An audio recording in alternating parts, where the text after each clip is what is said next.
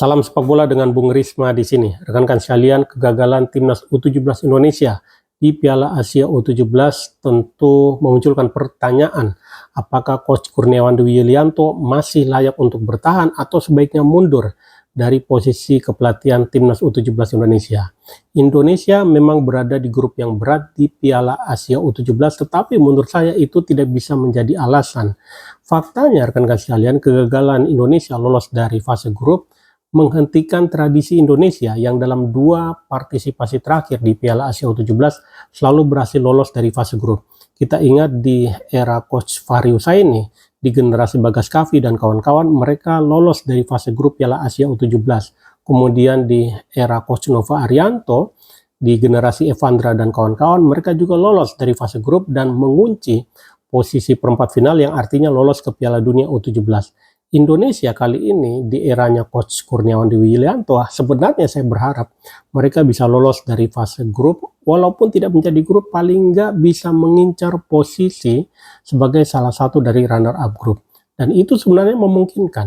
Jepang memang juara 4 kali Piala Asia U17.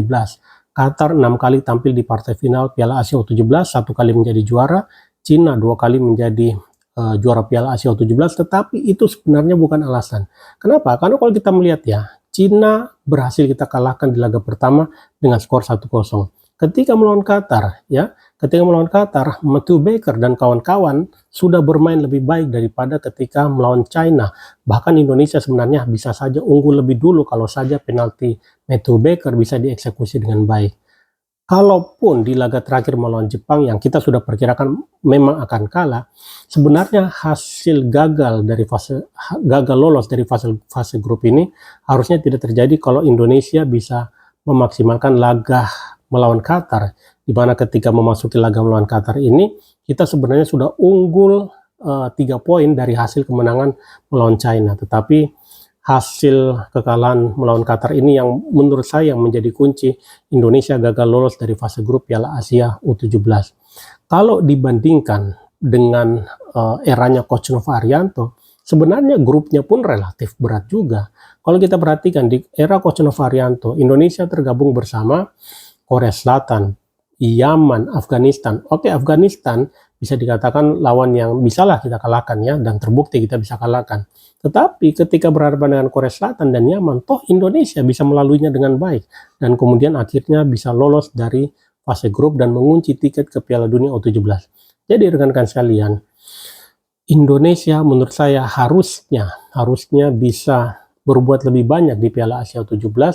Dan dengan kegagalan di Piala Asia U17 ini artinya dalam rentetan kurang dari 3 bulan, Coach Kurniawan Dwi Yulianto gagal di 2 ajang. Indonesia gagal di ASEAN Cup U17 dan kemudian gagal di Piala Asia U17. Rasa-rasanya tidak ada lagi alasan untuk mempertahankan Coach Kurniawan Dwi Yulianto di kursi kepelatihan timnas U17 Indonesia.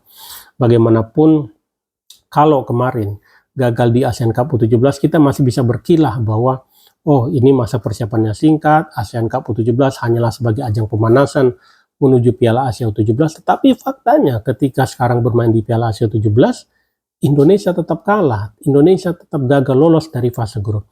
Jadi menurut saya, with all my respect, saya suka Kurniawan Dwi Yulianto ketika dia menjadi striker timnas Indonesia. Dia adalah salah satu striker legendaris timnas Indonesia, tetapi with all my respect, dengan hasil 2 kegagalan di ASEAN Cup U17 dan di Piala Asia U17, menurut saya Coach Kurniawan Dwi Yulianto saatnya mundur dari kursi kepelatihan timnas U17 Indonesia.